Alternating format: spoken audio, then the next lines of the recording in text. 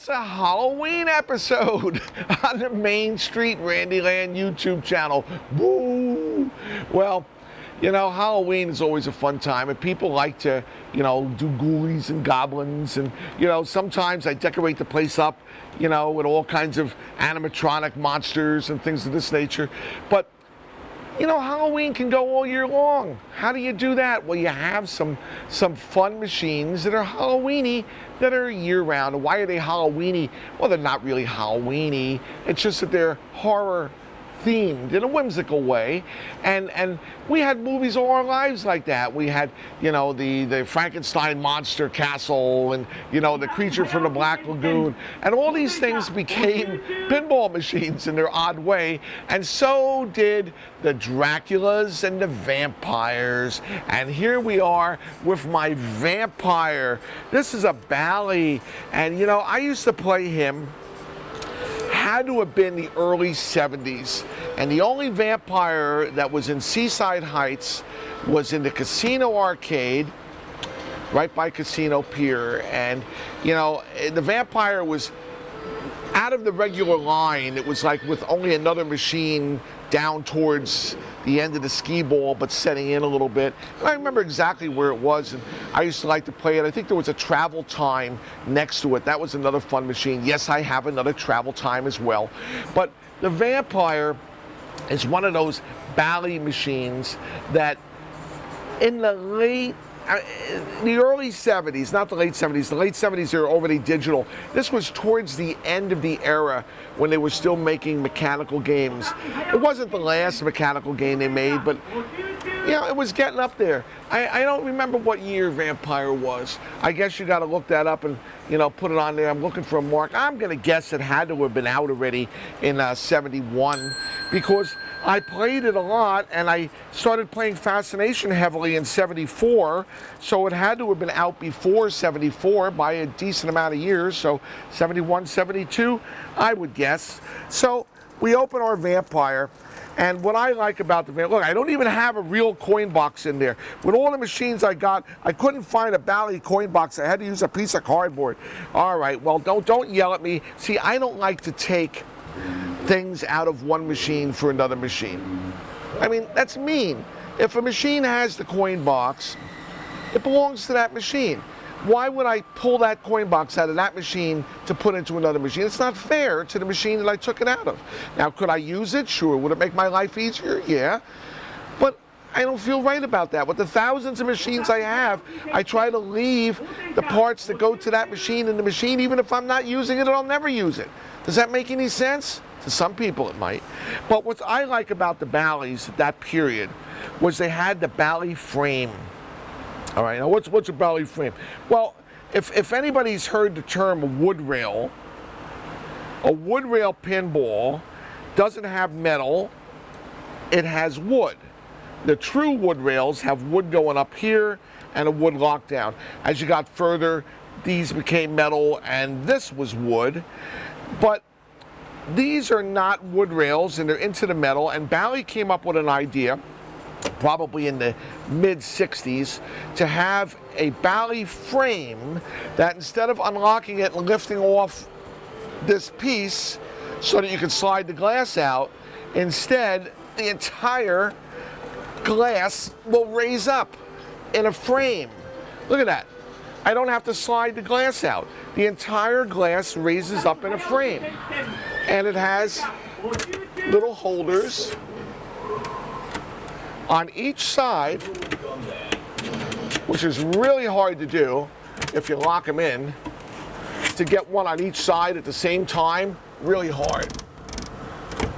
So that's glass, so you don't want to twist it, so you put them on there. Now you also have your play field that lifts up, so you can service underneath. Now the traditional machines, I would have to slide my glass out. And when you do that, you risk a little bit of a twist or whatever, and you can smash the glass, you can shatter it if it's tempered. But the Bally frame was unique, and it lifted up. Now, the downside to that, of course, is that in this position, if I'm working here, I can't really trigger things on the board easily from the top because the frame is in my way. So you pay one price for another, benefit. That frame will lift out of the machine. There's nothing holding it other than its weight and the brackets on the back, which are kind of holding it in there. So if I unhook the legs that are holding it here, the prop bars, I can actually lift that frame right off of the machine. And that's typically what mechanics would do rather than trying to get these, prop bars just right, twist it. They'd lift the whole frame out and they would set it down. Instead of the glass, they'd set down the frame with the glass. And that's okay too. But again, you know what? It's heavy. So you risk breaking the glass, so it's better just to leave it like that if you can. So what's going on inside? These games had rows and rows of relays and bank systems and stepper units, and the Bally typically ran on a 50-volt system, which was pretty good because the 50 volts had a better chance of cutting through charred contacts than the typical 24 volts of the Gottlieb and the Williams, Chicago coins, those era. So they had a little better, in my opinion, run time before servicing. But when you did service them, you have char, because the 50 volts will char the contacts more than the lighter voltage will. So it's a payoff. The higher the voltage, the less amperage you're pulling. So you're not pulling as many amps, but the spark of the voltage is higher. So it's 6 to 1, it's half a dozen of the other. It's up to the engineer what he thinks works better. I always favored the Williams system because the 24, 28 volts was certainly enough to work it efficiently, but the Bally chose to go with 50 volts, and that's why none of these relays would be compatible with any of the other machines. Even if you could fit it in there or fit a coil, they're not going to work because they have to have different voltages. So the machine works with its typical cam center. This is the heart of the machine, and this will do a sequence of events according to whatever circuits are on there, and it goes through the stacks of contacts and little points. And the Bally has a raised tit on the cam wheels. See the raised tits? Whereas Williams had an indentation, so it worked the opposite direction. So these contacts will lift up, the Williams contacts used to drop. So again, it's 6 to 1, it's half a dozen of the other, and you got to know what you're working on. But your thumper bumpers are going to be the same in all the machines. Your flippers have your traditional open switch here. When you open your flipper, and it's going to open the contacts, which is going to lessen the voltage when it's in the up position. And this has the post that comes down and it pops up to in between the flippers, the post. But this post, there's no mechanisms here. You see that? There's no mechanisms at all. Now the Bally, this is the Bally, the Gottlieb and the Williams, I don't think Gottlieb had a post system. The Williams had a post system, has an interlock that when it comes down, there'll be an interlock coil that'll come in there and hold it down. Whereas this is being held down electrically through the coil. So the other coil on the other machines would pulse and the lock would catch it, and then there'd have to be a release of the lock to let it go back up.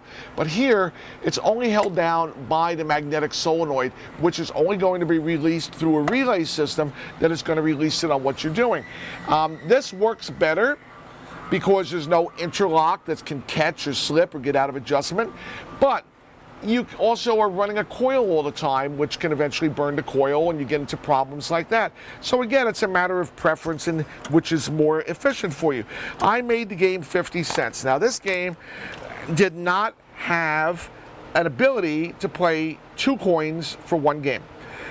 Today, the computers, you program it for what you want. You could have whatever coins for however many games, whatever you want to do.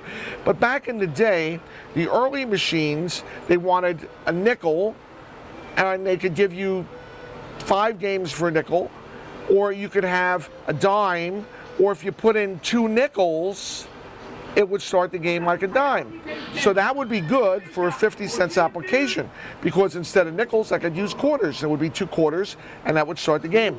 But during this era, they didn't deal with nickels. It was either a dime or it was a quarter, and that's what it was. So you didn't have that. So I had to wire in a special little circuit here that is counting coins, and it's running for 2 coins. So it'll count first coin, second coin, and then it'll do the energization. So I'm picking up my circuits over here, and I'm going to my subsystem, and I'm bringing it back to the circuits over there. So I try not to alter it much, that I can go back. So this wire obviously can go right back onto there instead of through here. This wire can come off, and whatever went on. Oh, that's right. I'm just picking up a ground there.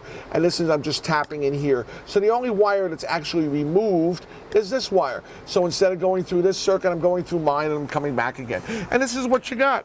So if I start my game, the game is ready. Just that simple, because it's already in reset. My flippers are working. And everything will just function inside just properly. And you can't see what's going on inside when the top is down. So you just have to go by the fact that these different cams, like if I trigger the motor to run, see the motor running? It'll just go around, and the different steppers will go up for whatever reasons, and relays will click in. That's a magnetic kick. See that? 1, 2. It'll run a circuit, a sequence for whatever it needs. But on the top, that all what? Brandon, who left this penthouse in there? You got this penthouse. It's not mine. What's the story with that? I don't know. Let's see, what is it? It's a dirty magazine stored in there. No, it's not. Yes, it is.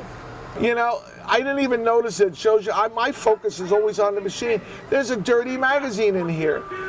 That's the cover, and that's the book. Penthouse. Now, see, whoever I got this machine from hid their dirty magazine in the machine, and I never even noticed it. That shows you what I pay attention to. I pay attention to the wires. I could care less what this is here. And is this a real magazine? It's kind of small. Oh my God. Oh my God. Oh my God. Well, whoever had this Vampire machine before me, I guess you'll recognize it if you see this YouTube, because your Penthouse magazine that you hid in there to hide from your wife, it's still in your machine. Oh my God. Oh my God.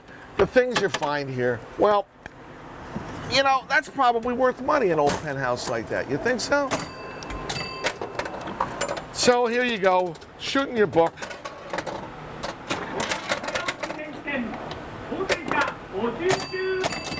Now, did I see that bumper not work? It did work. Okay. I thought for maybe it wasn't working there. Got a lot of bulbs out on general illumination. This is going to be in for service at the end of the summer.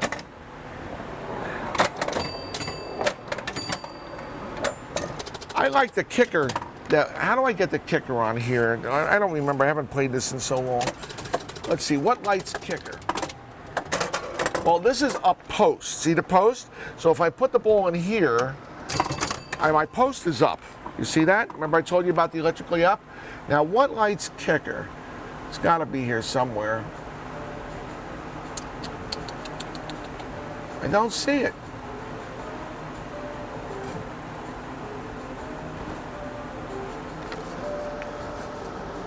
Target value. Advanced target line.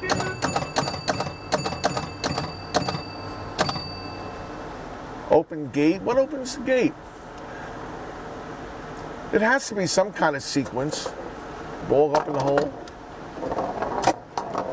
I just went down post. Look, that opened the gate. See, there's open gate. But what turns on kicker? Up post. They're probably all yelling at me on the video here. I don't know. Well, maybe, no, it's not lit.